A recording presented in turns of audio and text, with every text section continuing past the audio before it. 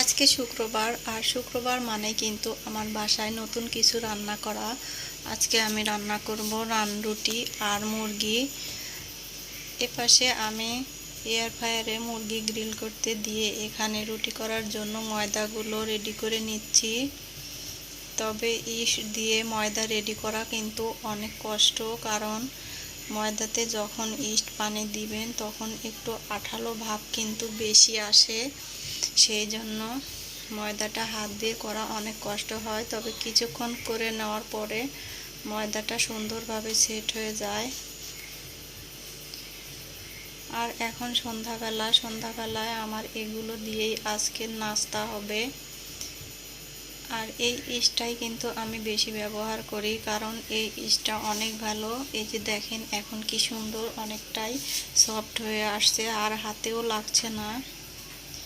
এইভাবে রুটি তৈরি করলে কিন্তু অনেক ভালো লাগে এবং খেতেও অনেক মজা। ছোট বড় সবাই অনেক মজা করে খেতে পারে। আর আমার রান্নাঘরটা তো অনেক ছোট, আমি আগেও বলেছি এখানে রান্না করতে আমার অনেক ঝামেলাই হয়, ছোট জায়গা। এখন আমি ময়দাগুলো সুন্দর করে ঢেকে রেখে দেবো আধা ঘন্টার জন্যে। তারপরে বের করে আমি রুটি তৈরি করব।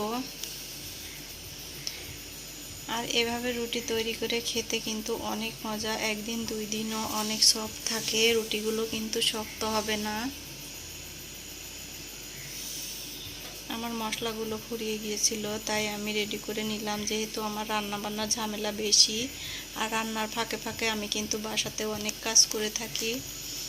এই যে আমার শোরুমের অনেকগুলো মাল স্টকে এসেছে, এগুলোকে আমার রেডি করতে এখনো পারিনি। আর এগুলোতে এত বালু ছিল, সুতা ছিল, অনেকগুলো সুতা উঠিয়েছি। এখন আমি সুন্দর করে ইস্ত্রির মতো ভাঁজ করে রেখে দেব, তারপরে আমি ইস্ত্রি করব। এই মালগুলো যে কিভাবে রেডি করে দেয় আমি জানি না, একদম ঘুরছি হয়েছিল।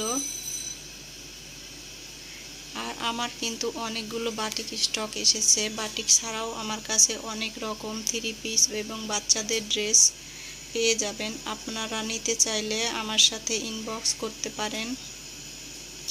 এগুলো সবই কিন্তু বাটিক, আর আমি সব সময় চেষ্টা করি ভালো মানের এবং ভালো কোয়ালিটির কাপড়গুলোই আপনাদেরকে দেওয়ার জন্য।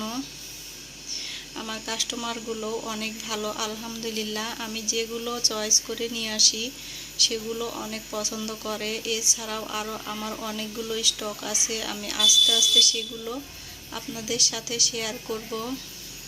এগুলো